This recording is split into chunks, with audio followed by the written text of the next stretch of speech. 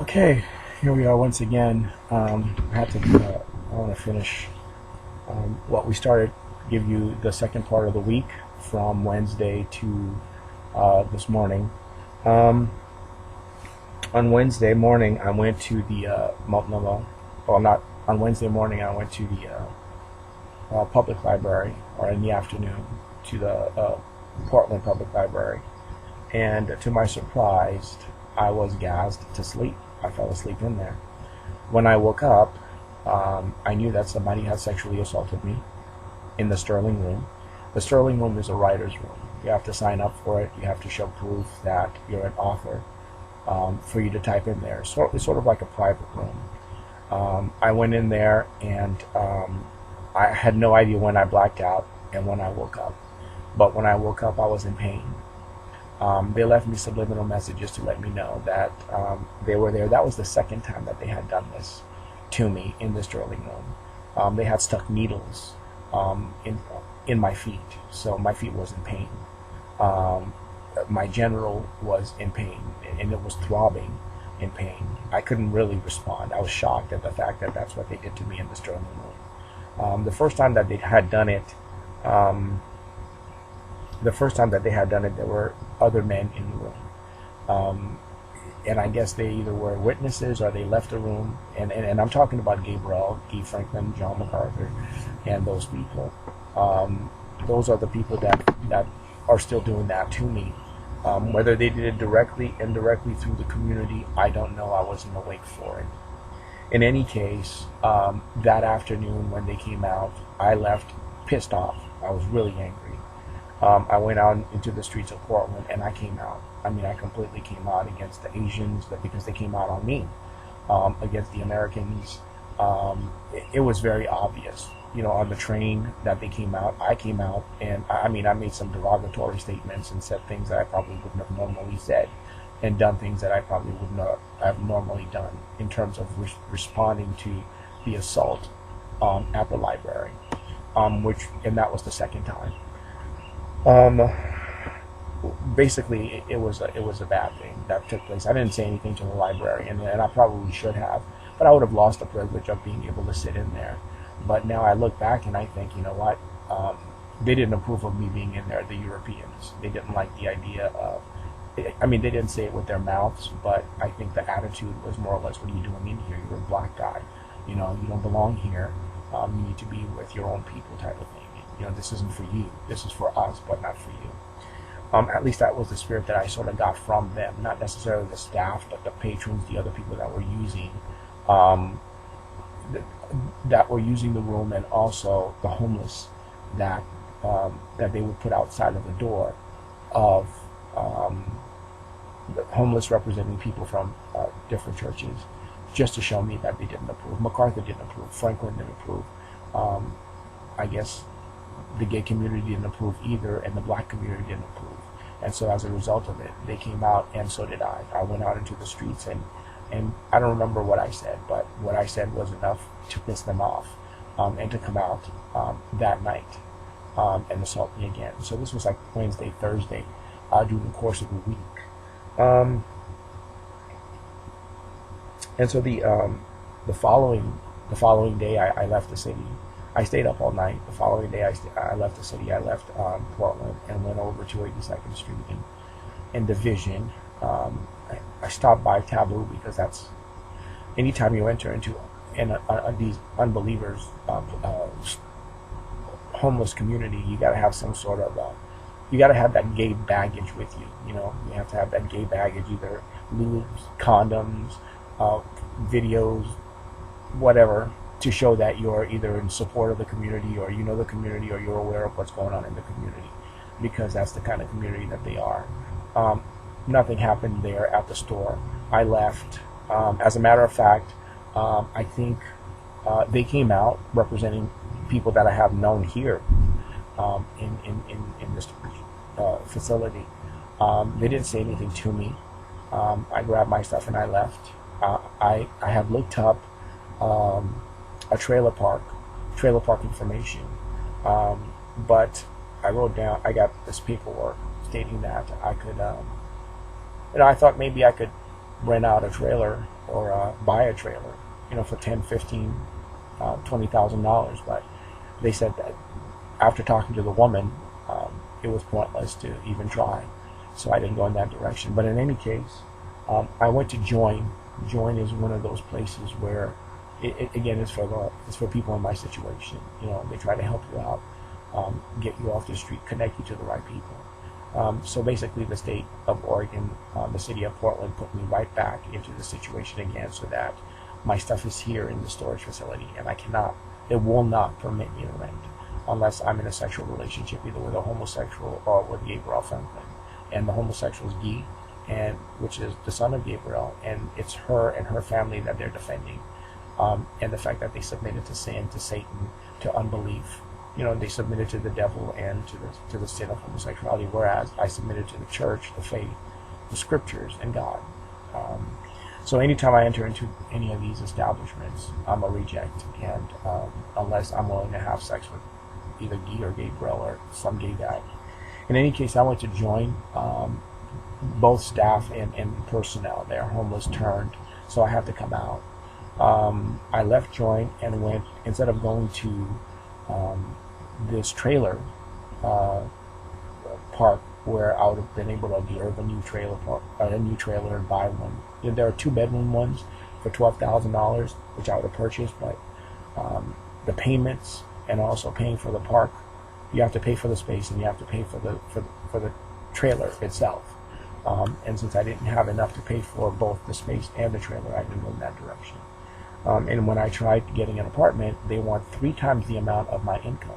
And I told them, well, I only make $1,000 each month from Social Security disability, and I can't get a job.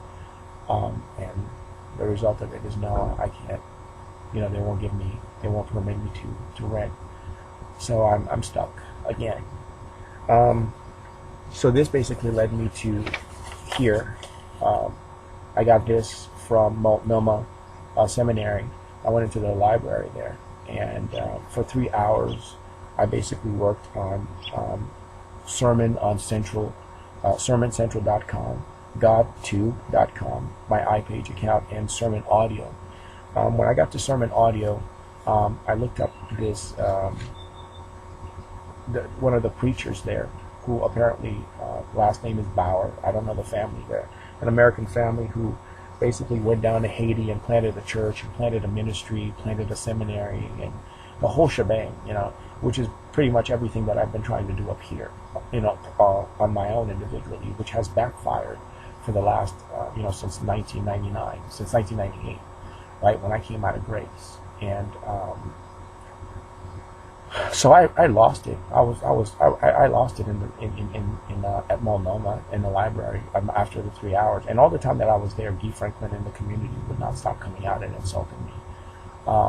And so I didn't say anything to them, but in my exit, I called the American people hypocrites, the American Christians hypocrites, that they would go to Haiti and establish themselves there as leaders and establish their ministries there, but then here I am, a Haitian. They wouldn't give me the right hand of fellowship. They wouldn't allow me to sit on their elder board. They wouldn't allow me to marry their daughters. They wouldn't allow me to establish DTS, Duclairon Theological Seminary. They wouldn't allow me to earn a degree. They wouldn't allow me to do anything, but yet they've got the nerve and the gall to go to my country and convince my people that they're legitimate leaders, but here they denounce me as a leader in the body of Christ and in the faith. So I was out and hurt at the fact that, so I let it, there was an outcry in the city, and at the fact that these people are going to get killed, if these people are anything like MacArthur and Franklin, if they take back, all that work, because it takes, and I noticed that they had graduates in their ministry, and I read their website, and I was shocked at the fact that there were Haitians who had graduated from seminary, that they had established ministries there. I read the man's testimony, and I thought, my God, could this be that, our country would be on the level with the church? And it would be great if they're of the Holy Spirit, but if they're the type of people that are going to later on take back what they've done, like MacArthur did with me in the Master's Seminary, then the outcry was the right position for me to take, because I was afraid for those people, and that they would be suffering what I've suffered, and they would have to endure what I've endured, which is not something that I would pronounce on anybody.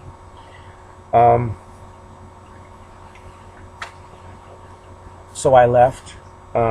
So I left and went to this party that they were having back at Join Again that night. And in the evening, I again roamed the streets because I couldn't stay at the mission, the Portland mission. Melinda told me don't stay there. Remember, I can hear her and Gabriel, so they told me don't stay there. If you stay there, you're gonna get hit, and they've got a hit waiting for you. And she was right. They did have a hit waiting for me, and I wasn't paying attention. So after I left Multnomah, what happened at Multnomah followed me. It followed me to Operation Night Watch, which was on, I believe, Thursday night. Operation Night Watch, which was on Thursday night. And they told me that there was a hit, and it was out of Haiti, and it was also out of the government on account of what had happened at Multnomah, the outcry, and the fact that I was literally, judging the American people for the hypocrisy of the fact that they had discriminated against me for so long, and then having the gall to go down there and present themselves as leaders of God's church. But yet when a Haitian came up here to take the information from them and to present himself as an equal in knowledge and understanding and authority, they rejected me completely. So the response basically was at 3 a.m. in the morning on I believe it was Thursday on the 10th, 3 a.m. I was on NATO, just sitting on in front of one of the window panes, and I blacked out and fell asleep. I was assaulted by Gabriel. I woke up. I didn't make any. Nowadays, I don't even make a qualm about it because I know that she's going to do it. And it also has something to do with my health, where I'm not exactly sure why it happens, but I black out, and when I black out, it's her and somebody else that comes to wake me up, and they're never there when I see, when I'm awake. They're usually gone by then, or they're maybe in a car hiding somewhere, but the assault is applied. In any case, I was pissed off and went to the Portland Rescue, and I sat there.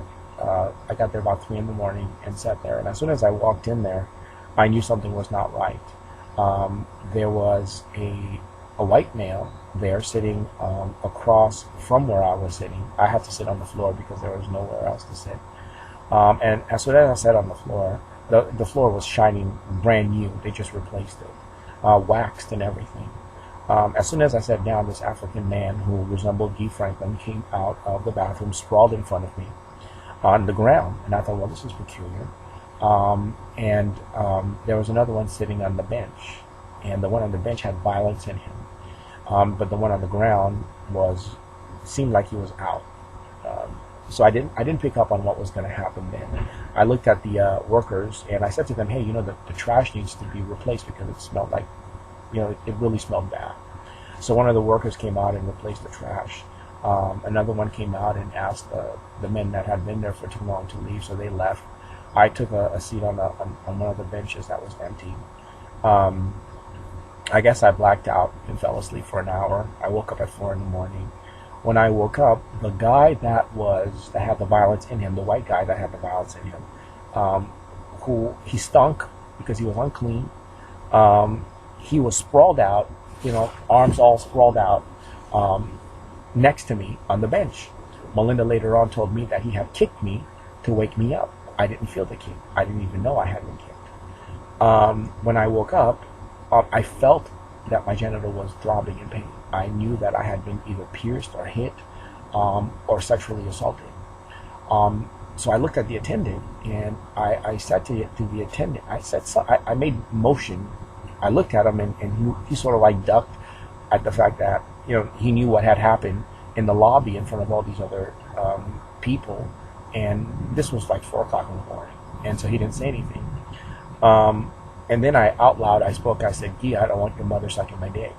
The guy that was laying down jumped up and just started pounding on my face. I mean, just holy mother of God. The only thing that I could, because I was barely awake at 4 o'clock in the morning, and I don't know what kind of drug that they had put in my body to erect me so that this woman could use me. And I don't know how many times, countless of times they've done this. So I mean, I was shocked. I didn't even have time to think or to push. All I could do was this, to basically cover my head and my face from being crunched. I mean, he hit me at least like 10, 15 times before a group of men removed him off of me. And even then, I couldn't jump up to say, okay, let's fight, because he was punching them and hitting them. It's almost like the guy was on drugs, or he was on a volume. And he could not stop hitting, and it took like 5 men to thrust him down, and even then the fight continued. And so the fight went from me, which I never responded because I didn't know how to respond. I'm like, what is this? So the men took him, and he grabbed his stuff and he left. All I could do at that hour is just basically call 911 to report to them what had happened. So I called 911 and told them that I was assaulted by a man, and now he's in the middle of a fight with 5 other men. And as I was talking to him, the woman says, the police department is outside, why don't you go talk to them? The guy had left, and I went to talk to the police department. One of the deputies I had recognized, and who was driving, and there was another deputy that I had. There were 2 cars. Actually, I don't remember. Yes, I think there were 2 cars. One of them drove up, and I automatically recognized him. And I told him what happened. He says, okay, I'll go after the guy around the corner. So he went after the guy around the corner, and then there was another car with 2 more officers in them. One of them spoke Creole, and I had spoken to him before about Guy and Gabriel Franklin, the problem that I had. And he was talking so fast that he had to repeat his words because I couldn't figure out what he was saying in Creole, and he was doing it on purpose.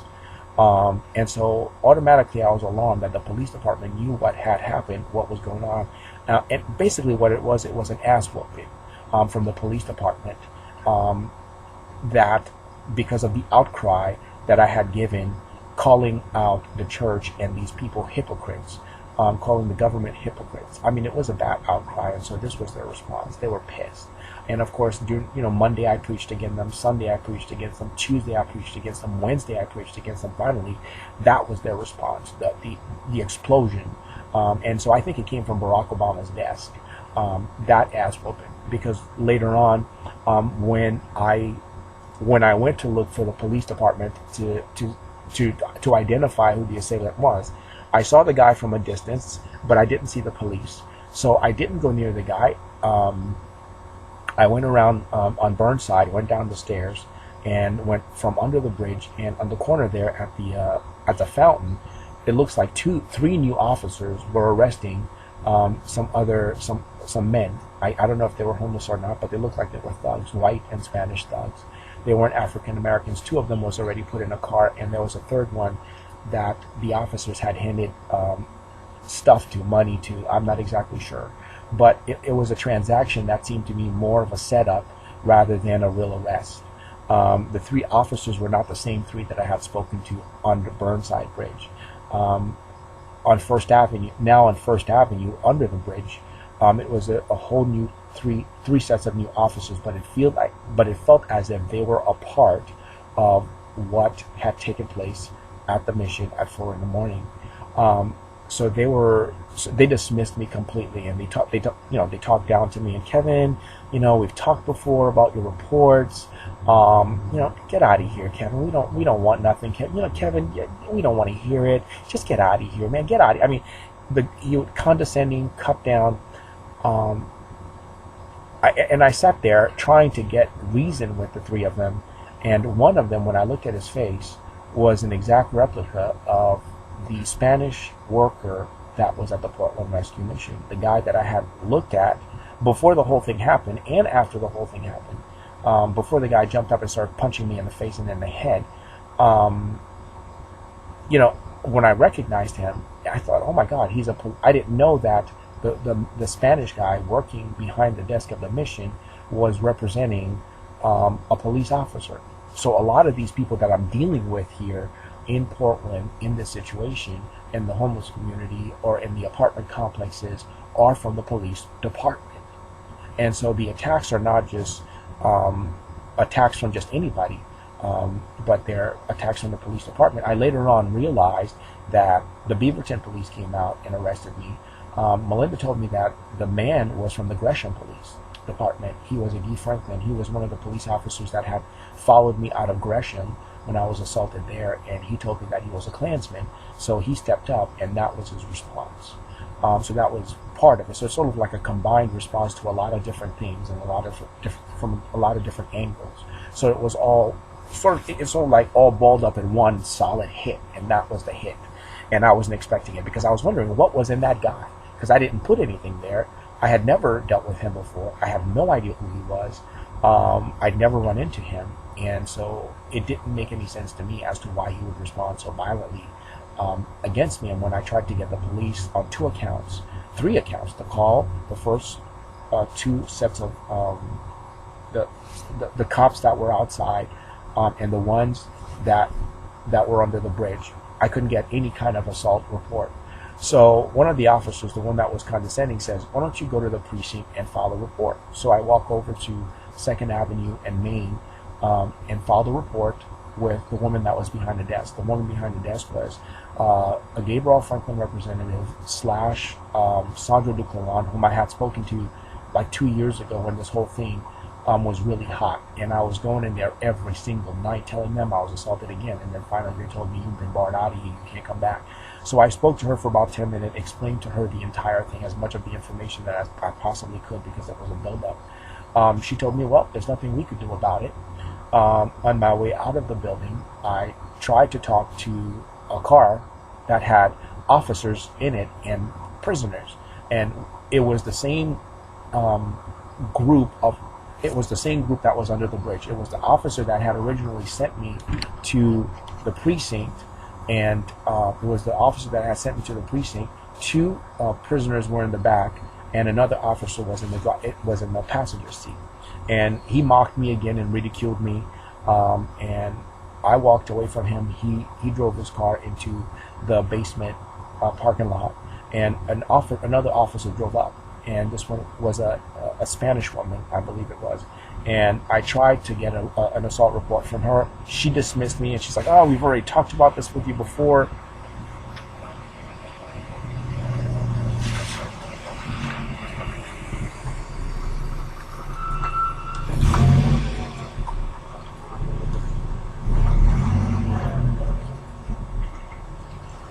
Looks like some people are moving in.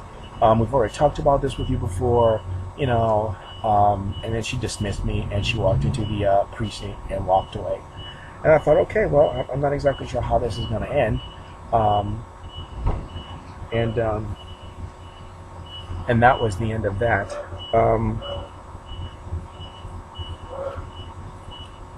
How's it going?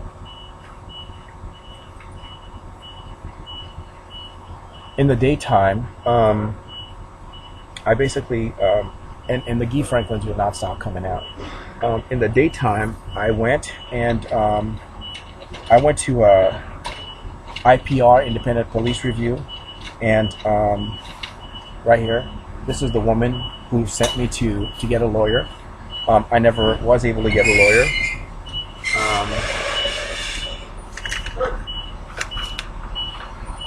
They gave me this sheet here. All the cross out here, those were all the lawyers in that building that I tried to get. And I couldn't get any of them. Went to the Congress Center after IPR, Independent Police Review. Tried to file one of these, and I couldn't do it. She wouldn't allow it. I was escorted out by Sean Hack. By a Sean Hack. I don't know who Sean Hack was, but he was the security officer who escorted me out of the city, the Independent Police Review office. Afterward, I had gone to the U.S. State District Court, because I had gone to the 11th floor, 14th floor, 15th floor of the Congress Center, and I couldn't get a lawyer out of them. Then I ended up going to the U.S. District Court and got and tried to reinstate the court case from 2012. And all I was handed was this. Basically, the all the court papers. These are all the court papers. All the court papers. The case was dismissed with extreme prejudice twice by Michael Simon and also what was his name? This is the paperwork that I had. This is the paperwork that I had filed. Dennis Hubble was the first. He was the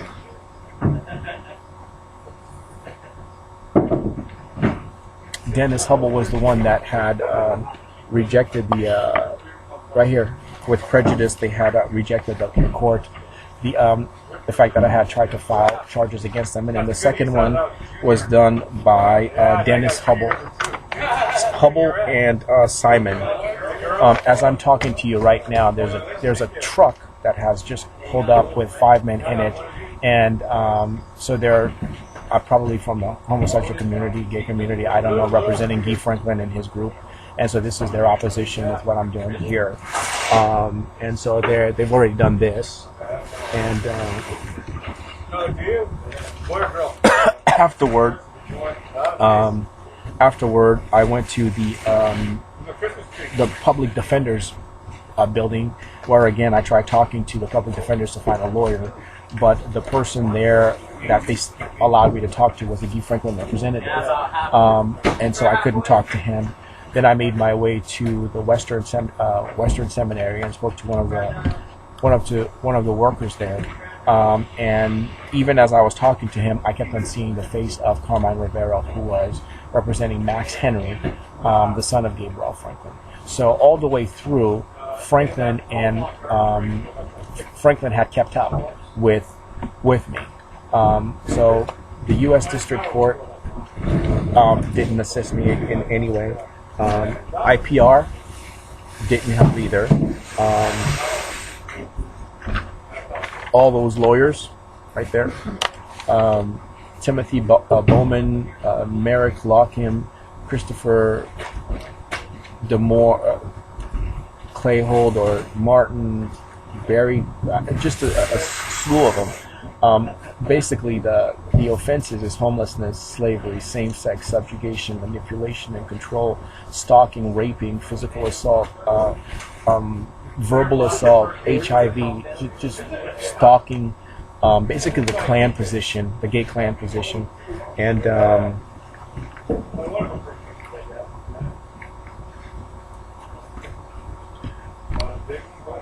so they continued. Anyway, today is Saturday morning, and after talking to the worker at Western Seminary, it basically didn't accomplish anything. And even now, as I'm talking to you, they're ridiculing. I don't know who these strangers are, but they were hired to move someone, but also give them the information. And so behind these hits is MacArthur and Franklin and the gay community and the Klan and the usual. I'm going to stop this video now because of what these people are doing, and also because I can't concentrate. And I'll talk to you at another time.